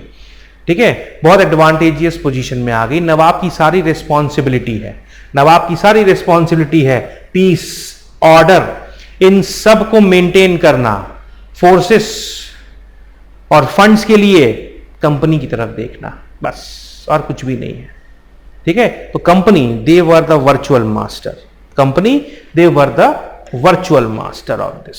ठीक है, दीवानी फंक्शन के लिए तो राजा मोहम्मद रेजा खान, ठीक है, बंगाल में, और राजा शेताब रॉय बिहार में, इनको अपॉइंट किया गया। 2 दीवान थे। ठीक है, और मोहम्मद रेजा खान को ही बना दिया गया क्या, डेप्यूटी नजीम और द डेप्यूटी सूबेदार, डेप्यूटी सूबेदार। और 1772 में जब लॉर्ड वॉरेन हेस्टिंग इंडिया के अंदर एज अ गवर्नर जनरल बन के आते हैं, गवर्नर बन के आते हैं बंगाल में, तब वो इस सिस्टम को एबॉलिश कर देते हैं। ठीक है, तो ये है हमारा बंगाल, ये थी हमारी वॉर, एंग्लो बंगाल वॉर। ठीक है, ये चीज। अब आती है एंग्लो मैसूर वॉर। मैसूर, भैया मैसूर कोई पुराना किंगडम है नहीं, विजयनगर एम्पायर का पार्ट था। तालीकोटा एक बैटल आपने नाम सुना होगा, या रक्षा तंगड़ी, विजयनगर एम्पायर का डाउनफॉल वहां से शुरू होता है। Yes, battle of Talikota, it was fought in 1565। 1565 में ये बैटल होती है। ठीक है, विजयनगर एम्पायर से, विजयनगर एम्पायर का डाउनफॉल होता है और बहुत सारे छोटे छोटे छोटे छोटे किंगडम्स ये स्टैब्लिश होते हैं। ठीक है, उनमें से एक किंगडम स्टैब्लिश करते हैं वुडियर ब्रदर्स 1612 में, वुडियर ब्रदर्स। ठीक है, ये चीज गॉट इट। तो वुडियर डायनेस्टी, मैसूर जो थी that was under the Wodeyar dynasty, Wodeyars, और उसमें चिक्क कृष्णराज, चिक्का कृष्णराज जो है वो 1734 से लेकर के 1766 तक रूल करते हैं, 1766 तक रूल करते हैं। जब हम मैसूर की बात करते हैं तो 2 नाम हमारे जहन में आते हैं। सबसे पहला नाम जो है वो है हैदर अली का, ठीक है, और दूसरा जो नाम आता है वो नाम आता है टीपू सुल्तान। ठीक है, he was son of Hyder Ali, he was son of Hyder Ali. ठीक है, ये चीज 1721 में हैदर अली का जन्म होता है। हैदर अली के जन्म के बाद उसके फादर जो हैं वो मिलिट्री सर्विस में हैं। 1728 में जब 7 साल के होते हैं हैदर अली, तब उनके फादर की डेथ हो जाती है। फिर हैदर अली कृष्णराज के उसमें एक जॉब मिलता है उनको, लेकिन कृष्णराज का जो रूल है वो उनके मिनिस्टर नंज एंड देवराज के हाथ में है, नंजराज एंड देवराज के हाथ में है। ठीक है, जब कार्नेटिक वॉर्स होते हैं तब उस टाइम पर हैदर अली जो है वो थोड़ा सा लाइमलाइट में आते हैं। हैदर अली जो है वो थोड़ा सा लाइमलाइट में आते हैं और हायर रैंक्स लेते लेते वो एक छोटे से हॉर्समैन से बन जाते हैं जो है फौजदार ऑफ डिंडीगुल, फौजदार। ठीक है, फौजदार वो बन जाते हैं और फाइनली वो नंजराज से पावर छीन लेते हैं। ठीक है, नेक्स्ट 5 इयर्स इनका पावर और प्रेस्टीज इतना बढ़ जाता है कि वो प्रॉपर तरीके से नंजराज से वो पावर को छीन लेते हैं। He became the virtual ruler, he became the virtual ruler. 1761 में ठीक है वो एक नॉमिनल सोवरेन बन जाते हैं। ठीक है, और जब कॉन्फ्लिक्ट शुरू होता है between the English and the French company, ठीक है, और थर्ड बैटल ऑफ पानीपत में जब मराठास की डिफीट हो जाती है, तब तो है कंड्यूसिव टाइम होता है मैसूर को as a power, super power की तरह साउथ इंडिया में डेवलप करने का। ठीक है, और यहां पर हैदर अली सक्सीड करते हैं मैसूर को एक पावरफुल स्टेट में कन्वर्ट करने में, और वो बन जाते हैं उसके मास्टर, वो बन जाते हैं उसके मास्टर। अब देखो भैया, ये है मैसूर, ये है नवाब निजाम, और यहां पर है मराठास। तो ये जो है स्ट्रगल होना एकदम कॉमन है, इन तीनों के बीच में स्ट्रगल होना कॉमन सी बात है। निजाम को काफी ज्यादा जेलसी फील होती है, बोलते हैं यार ये क्या हुआ, साउथ में हमारे अगेंस्ट में एक और नया किंगडम डेवलप हो गया, एक और नया किंगडम डेवलप हो गया। अब भैया हैदर अली बन तो गए वर्चुअल मास्टर। 1766 में पहला एंग्लो मैसूर वॉर ये स्टार्ट होता है, लंबा नहीं है, 3 साल का ये वॉर है। 1769 में खत्म हो जाता है। क्या होता है 1769 में ये जो वॉर है ये खत्म हो जाता है। ठीक है, हैदर अली की जब पावर है धीरे धीरे धीरे धीरे बढ़ने लगती है, तब निजाम, मैंने अभी कहा, क्या कहा, निजाम और मराठास ये दोनों थोड़े से जेलस हैं, उनको दिक्कत हो रही है, प्रॉब्लम हो रही है, ठीक है। तो क्या होता है कि वो इंग्लिश की हेल्प मांगते हैं, है ना, ब्रिटिश कंपनी, इंग्लिश कंपनी की वो हेल्प मांगते हैं कि आप हैदर अली के अगेंस्ट में हमारा साथ दो, हमारा साथ दो, ठीक है। ये चीज बदले में हम आपको टेरिटरीज देंगे जिससे आपको अच्छे खासे रेवेन्यूज मिलेंगे। भैया मराठा भी इस अलायंस को जोड़ लेता है, अब निजाम जब बोलता है तो मराठास भी जुड़ जाते हैं। अब वॉर शुरू हो जाती है, ठीक है, वॉर शुरू हो जाती है जब मराठा जो है वो मैसूर पर अटैक करते हैं 1766 पर। अब हैदर अली भी कहां, मतलब he was a very cunning ruler, ठीक है। वो क्या करते हैं, वो मराठास को पैसा दे देते हैं, बोलते हैं आप पैसा रखो और ये अलायंस को छोड़ दो। मराठास मान जाते हैं, वो पैसा लेते हैं और अलायंस तो तोड़ देते हैं, ठीक है। निजाम को वो कुछ टेरिटरीज दे देता है, ठीक है। हैदर अली क्या करता है, निजाम को कुछ टेरिटरीज दे देता है, बोलता है कि तुम भी इंग्लिश से दूर हो जाओ, तुम भी इंग्लिश से दूर हो जाओ। निजाम कहता है ठीक है, बढ़िया है, सब कुछ अच्छा है। और 1769 में जो है हैदर अली जो है वो पहुंच जाते हैं मद्रास, बिल्कुल, ठीक है, वो पहुंच जाते हैं मद्रास 68 में, ठीक है। ये चीज साइड चेंज हो गई, ठीक है। ये चीज इंग्लिश और हैदर अली के बीच में अब ट्रीटी साइन होती है, ठीक है। ये चीज ट्रीटी साइन होती है, ठीक है। ये चीज 1769 में जिसे ट्रीटी ऑफ मद्रास कहा जाता है, ठीक है, जिसे ट्रीटी ऑफ मद्रास कहा जाता है। मद्रास पर अटैक करते हैं हैदर अली और इंग्लिश फोर्सेस को हरा देते हैं। अब इस बैटल का इंपॉर्टेंस, ये बैटल काफी इंपॉर्टेंट है, ठीक है। This was the first and last battle won by, ये सबसे इंपॉर्टेंट है, first and last battle won by any Indian king और रूलर और प्रिंस, ठीक है, ठीक है। एनी इंडियन किंग, रूलर और प्रिंस, पहली और आखिरी अगेंस्ट ब्रिटिश, ठीक है। ट्रीटी ऑफ मद्रास साइन होती है, यहां पर ट्रीटी साइन होती है, that is the treaty of Madras, ठीक है। और यहां पर टेम्पररी ट्रूस इन दोनों एनिमीज के बीच में बन जाता है, ठीक है। स्टेटस क्यो मेंटेन्ड और दोनों के बीच में जो है एक टेम्पररी वो स्टेटस क्यो बन जाता है। 1780 में फिर से वॉर शुरू होती है, ठीक है। अब देखो 1766 में वॉर शुरू हुई after the battle of Buxar, ठीक है। After the battle of Buxar first Anglo Mysore war होती है। 1769 में वो खत्म हो जाती है। इंग्लिश को ये डिफीट बिल्कुल भी अच्छी नहीं लगती, बोले यार हम तो वर्चुअल मास्टर हैं एक प्रोविंस के, एक रीजन के, हमको हरा दिया, this is not done, this is not good, ठीक है। तो अब यहां पर क्या होता है, 1780 में सेकेंड एंग्लो मैसूर वॉर फिर से शुरू होती है और यहां पर इंग्लिश जो है कुछ फ्रेंच पोजेशंस को कैप्चर कर लेते हैं माहे में। हैदर अली के प्रोटेक्शन में जो है ये फ्रेंच पोजीशन होता है और हैदर अली बोलते हैं यार ये क्या हुआ। हैदर अली यहां पर डिसाइड करते हैं कि अब रिवेंज लिया जाएगा।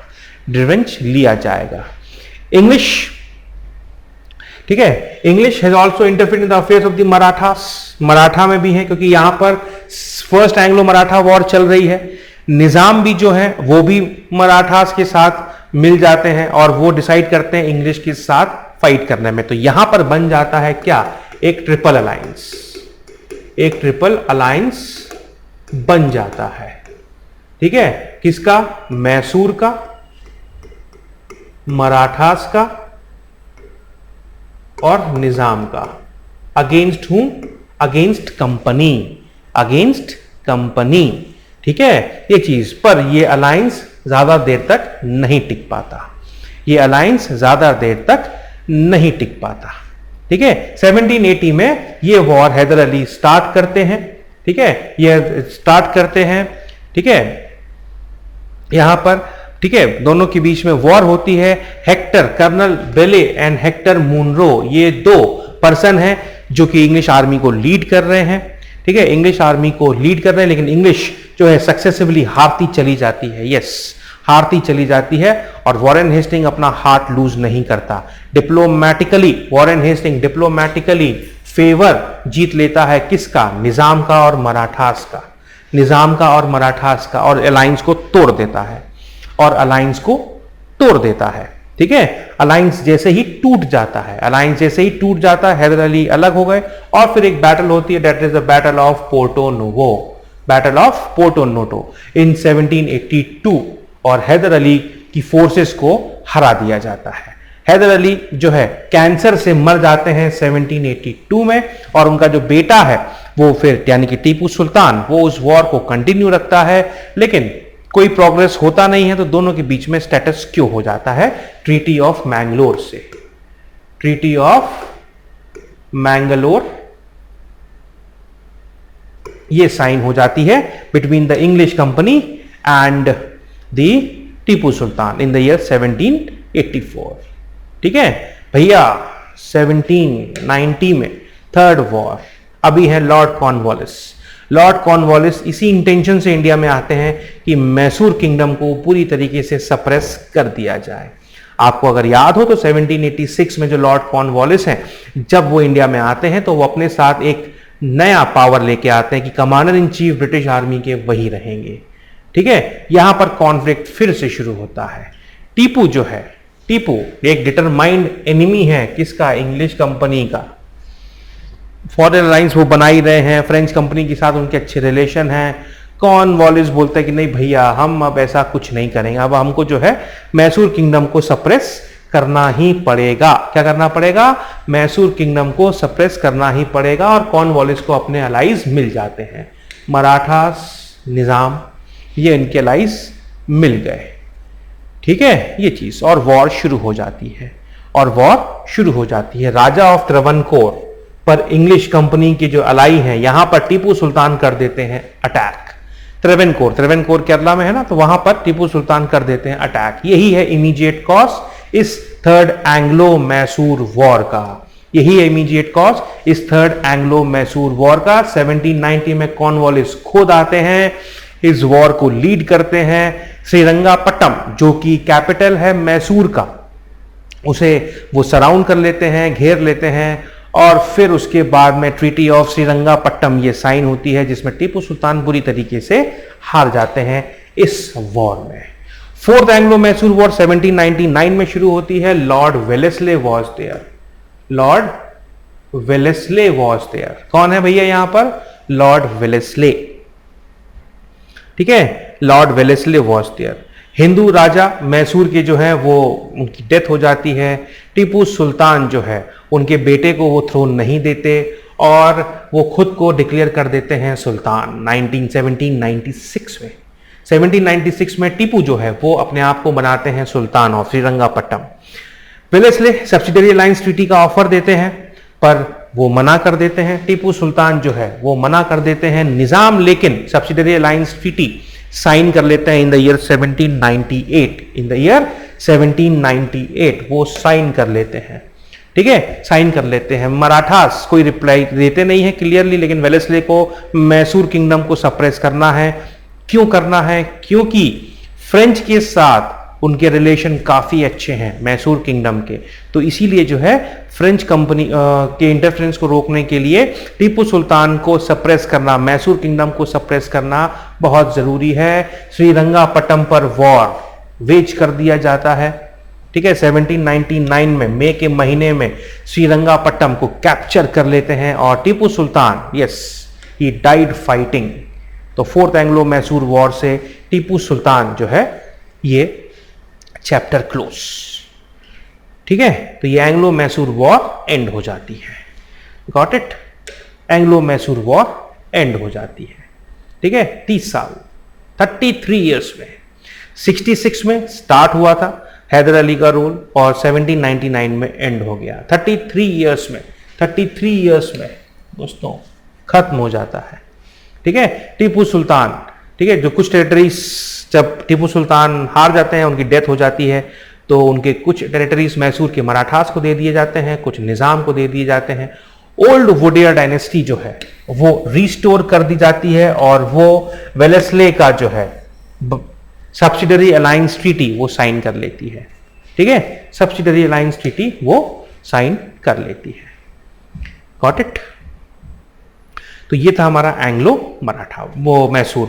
अब आती है थर्ड मेजर, ये लास्ट मेजर है, that is the Anglo Maratha war. ये भी शुरू होती है कहानी 1761 से, बैटल ऑफ पानीपत से।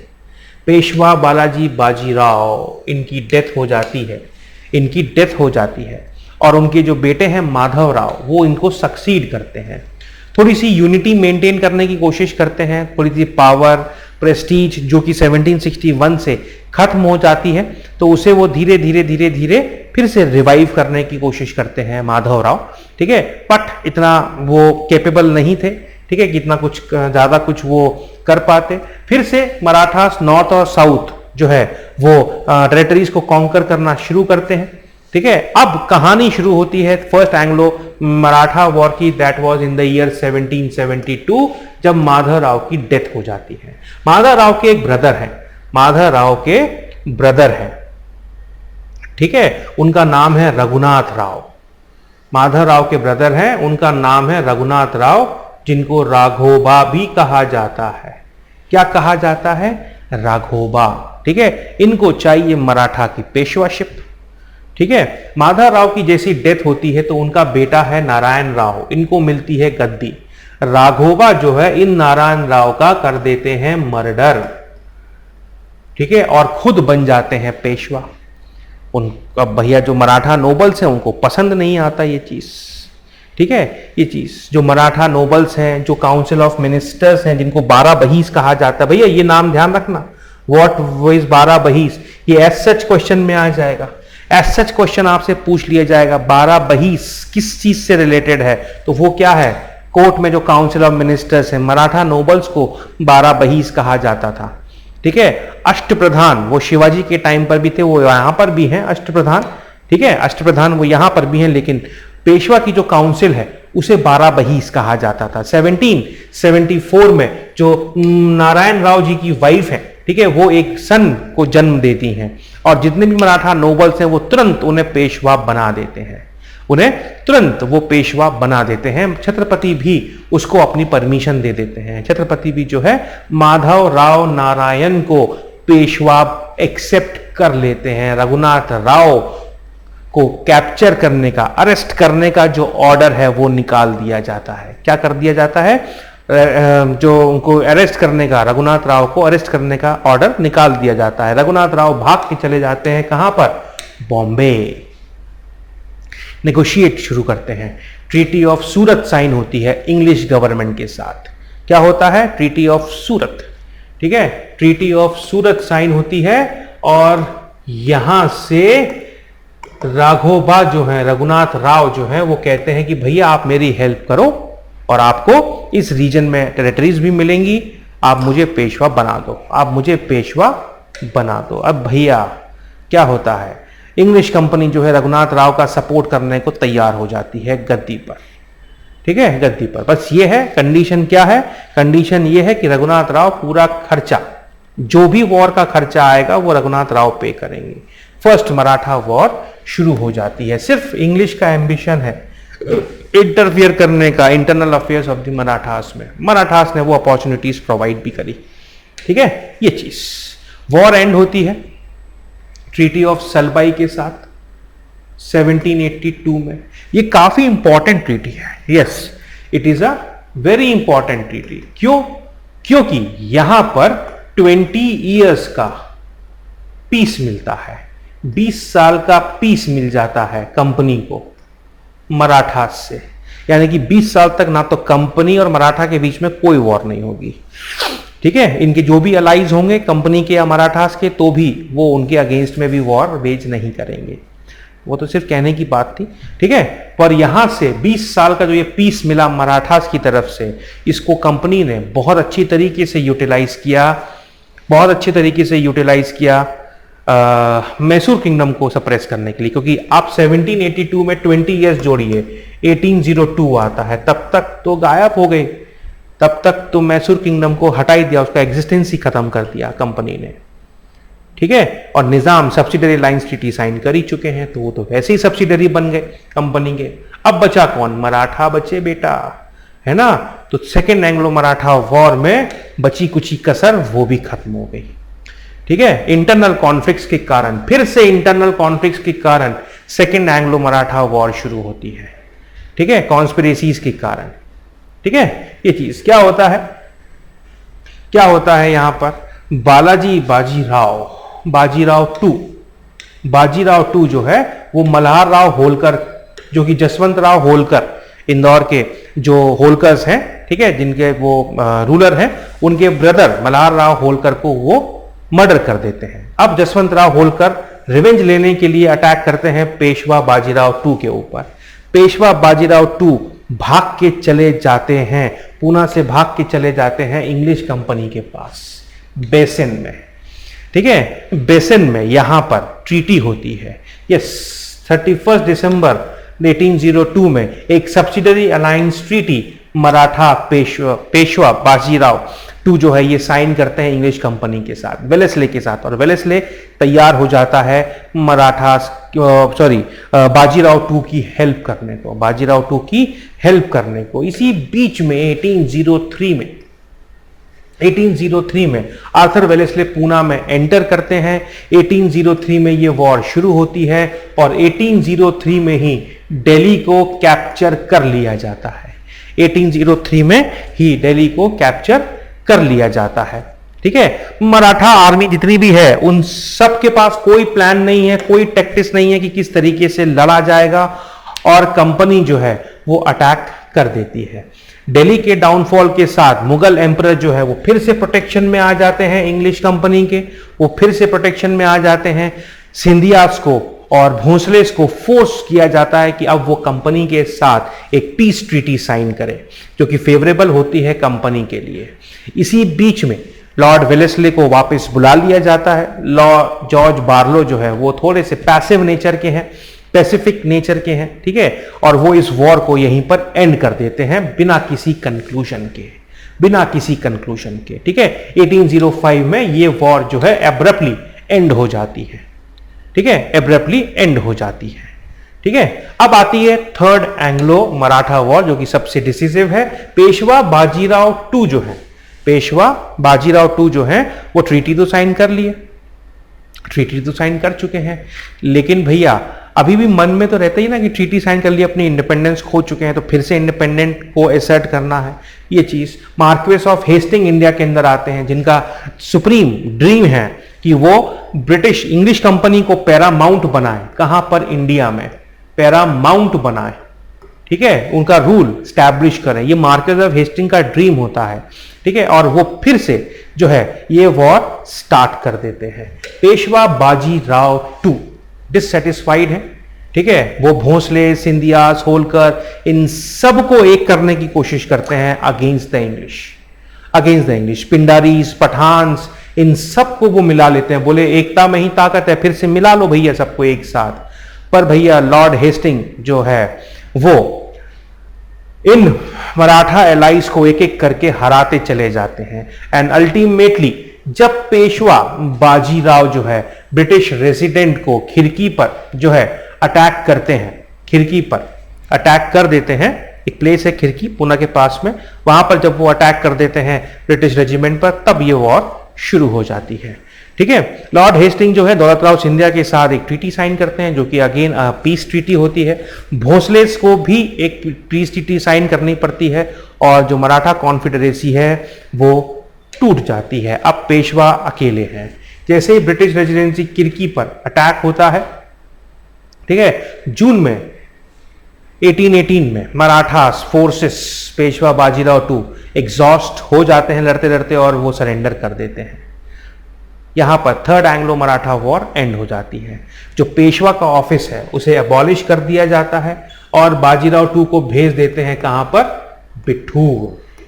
कहां पर भेज देते हैं? उन्हें भेज देते हैं बिठूर, 8 लाख रुपए सालाना, 8 लाख रुपीस एनुअली एक पेंशन उनको मिलती है। कानपुर के पास में है बिठूर, है ना, 10-12 कितना 20-22 किलोमीटर दूर होगा बिठूर, वहां पर, ठीक है, वहां पर उनको रख दिया जाता है, ठीक है, ये चीज गॉट इट।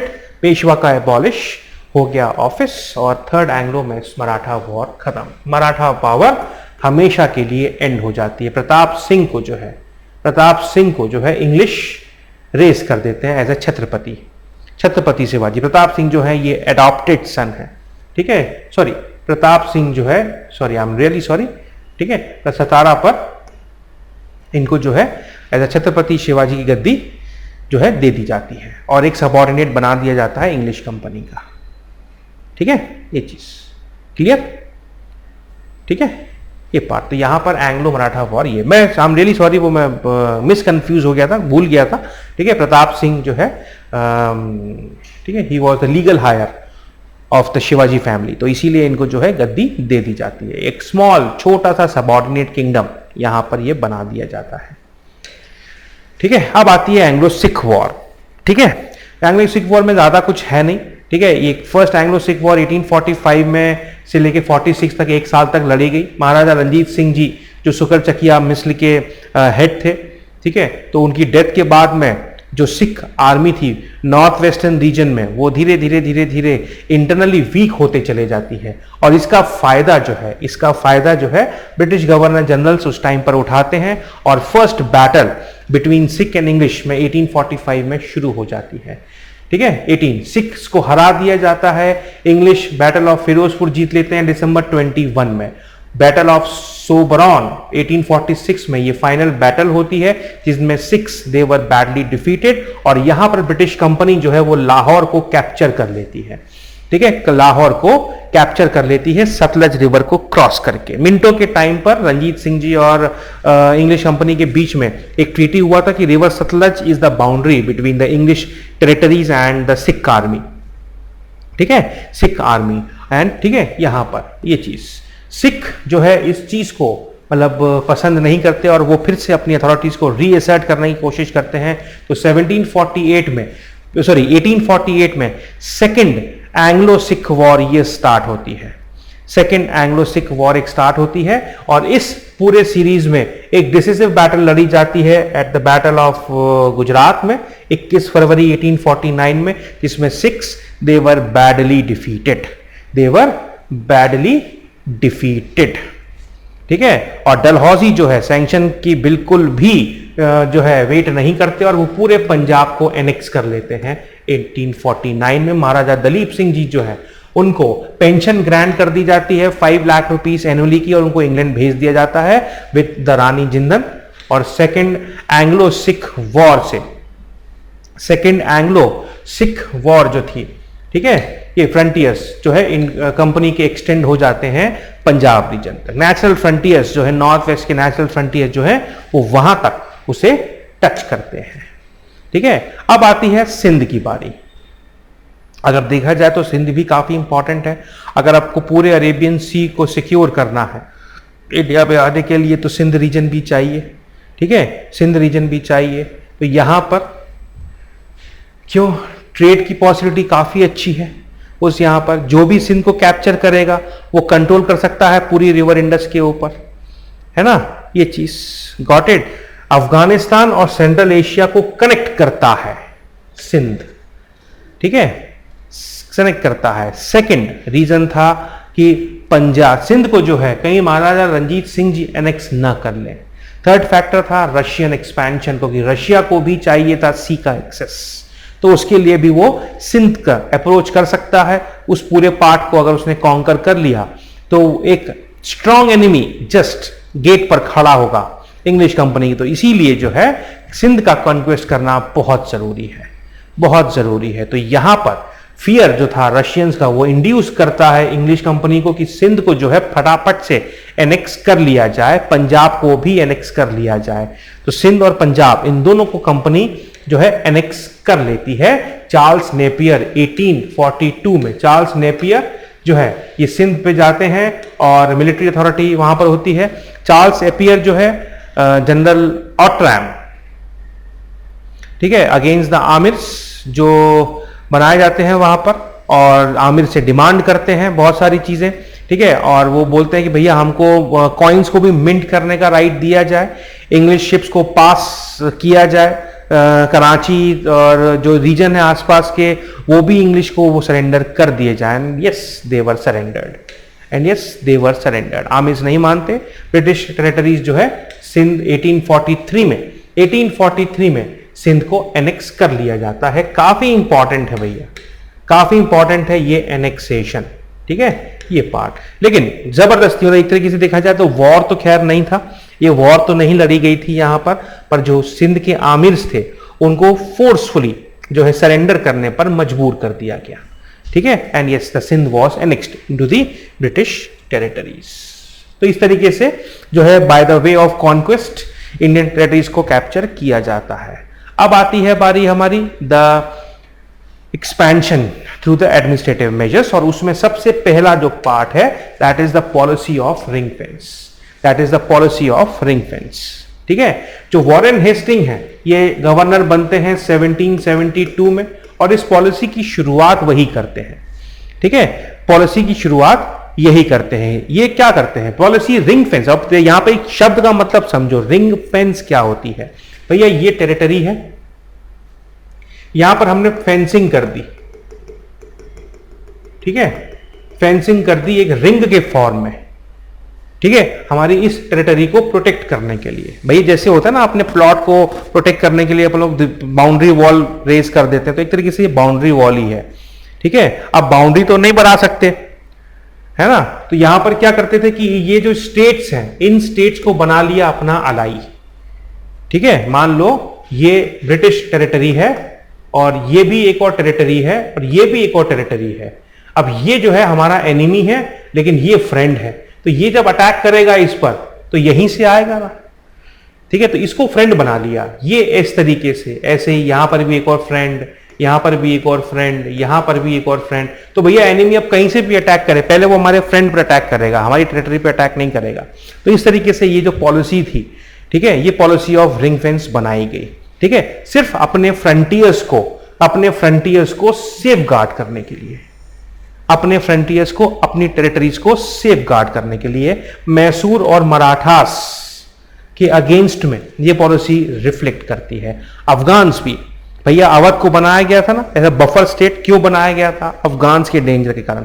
जैसे ही अफगान का डेंजर खत्म हुआ वो धीरे धीरे इन सब चीजों को अनेक्स करते चले गए, ठीक है, ये चीज गॉट इट, ठीक है। बस उस टाइम पर जब अवध का जो डिफेंस था, अवध वो इसी पॉलिसी का पार्ट था, ठीक है। नाउ स्टेट्स जो भी रिंग फेंस में आते थे उनको सिर्फ ये भरोसा दिलाया जाता था कि अगर आपको कोई अटैक करता भी है तो हम आपको हमारी मिलिट्री देंगे।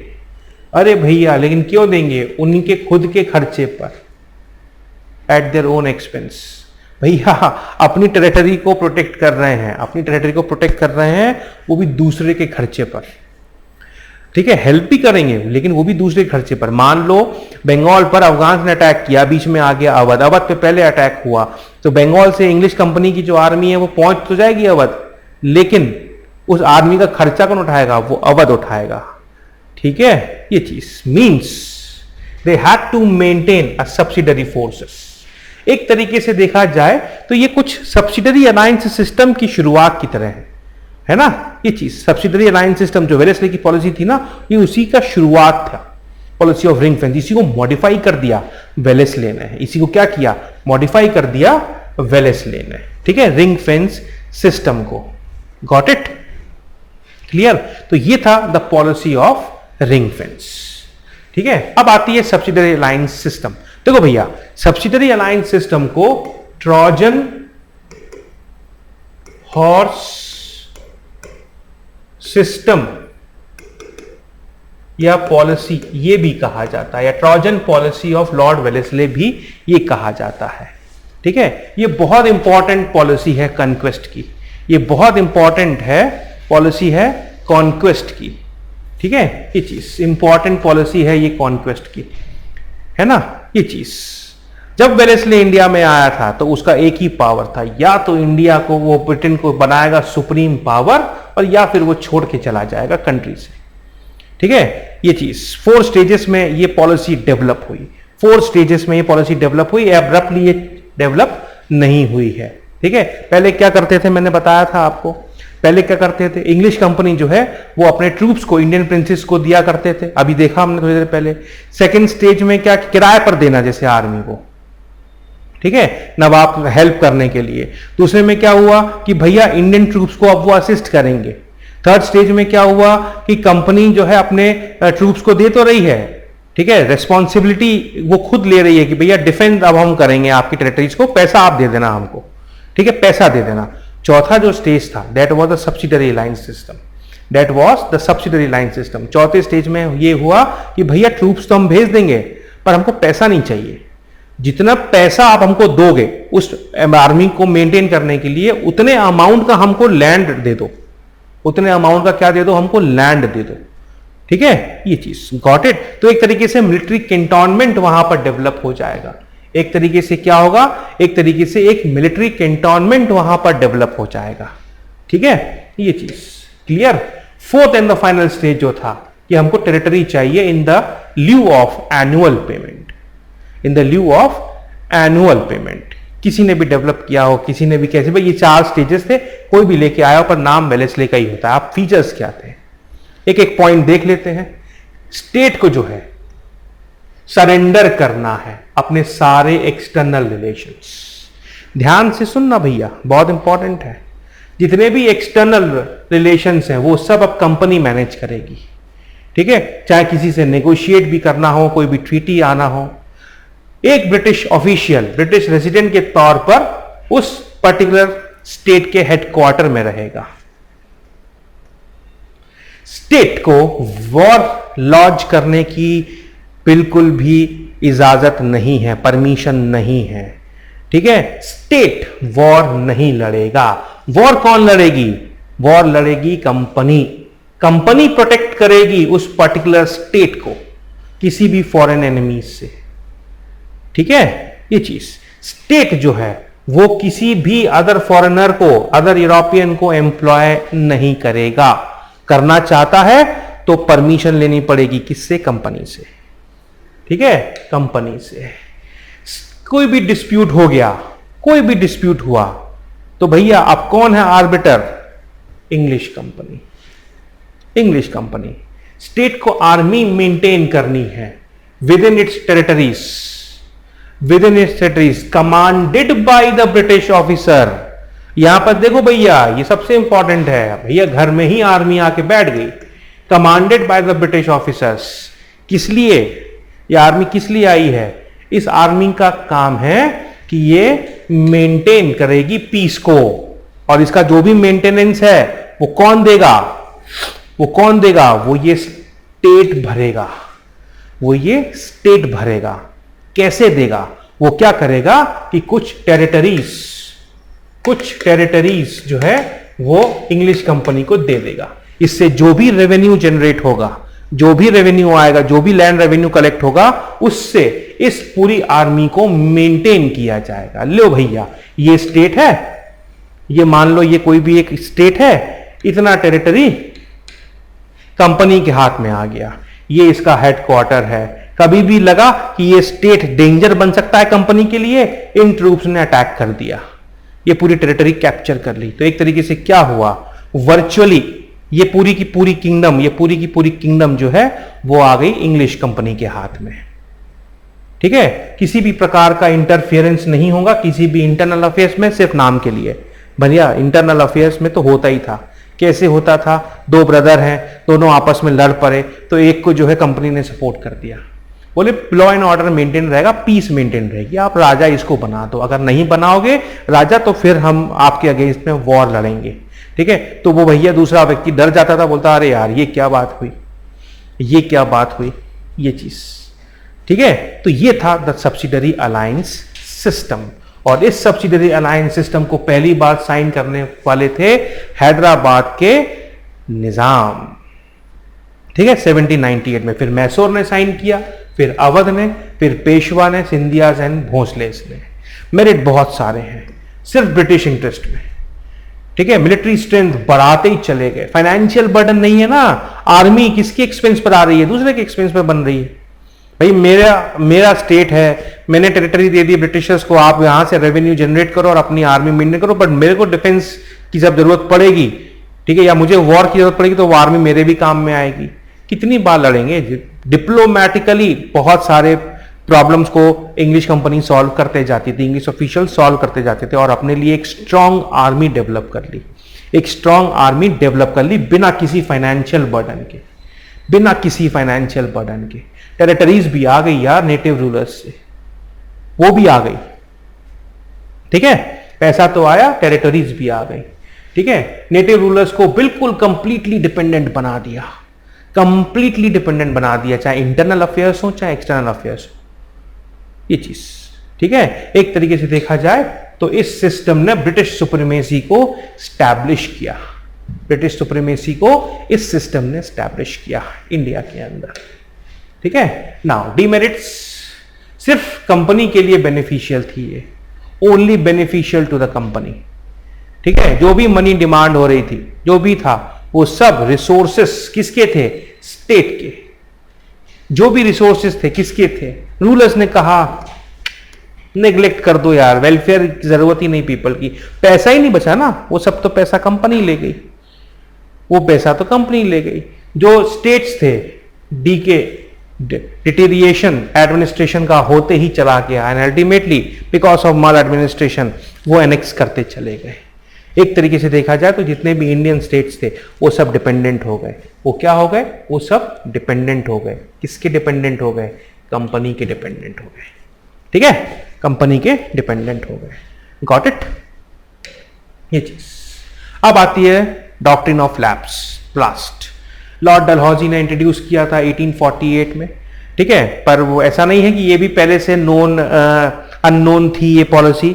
1834 में जो है एडॉप्शन के लिए जो है डायरेक्टर्स ने डिक्लेयर किया था कि नेचुरल हियर नहीं है तो एडॉप्ट नहीं करना होगा, है ना, परमिशन नहीं मिली थी, लेकिन फिर बाद में परमिशन इसे दे दी गई, बाद में परमिशन दे दी गई। और जेनेट में ये डॉक्ट्रिन ऑफ लैप्स, जिसे हम हिंदी में हड़प नीति भी बोलते हैं, डलहौजी की हड़प नीति, ठीक है, तो ये 1848 में डलहौजी ने इसको इंट्रोड्यूस किया।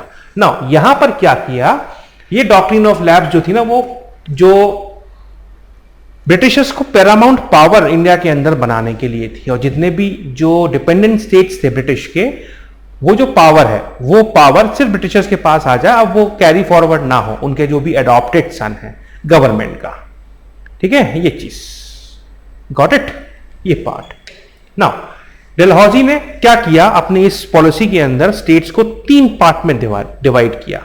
जो स्टेट्स हैं जो कभी भी ट्रिब्यूटरी नहीं रहे, कभी भी, और कभी भी they were never been subordinate to the paramount power, यानी कि वो स्टार्टिंग से इंडिपेंडेंट थे और इंडिपेंडेंट ही रहे, कभी सबऑर्डिनेट हुए ही नहीं ब्रिटिश क्राउन के या ब्रिटिश या इंग्लिश कंपनी के। तो वहां पर जो है इस पॉलिसी का एप्लीकेशन नहीं होगा, इंप्लीमेंटेशन नहीं होगा। कुछ ऐसे स्टेट्स और प्रिंसेसेस या चीफ स्टेट्स जिनको एक्नॉलेजमेंट मिला है, जिनको एक्नॉलेजमेंट मिला है ब्रिटिश गवर्नमेंट की तरफ से, ठीक है, या उन्होंने एक्नॉलेज्ड किया है ब्रिटिश गवर्नमेंट को कि वो एक पैरामाउंट पावर है। कुछ ऐसे स्टेट्स जो क्रिएट किए गए या रिवाइव किए गए ब्रिटिश गवर्नमेंट ने, ठीक है। तो जो फर्स्ट कैटेगरी का स्टेट है, अगर इसके पास नेचुरल सक्सेसर नहीं है कोई प्रॉब्लम नहीं, अडॉप्टेड सन चलेगा।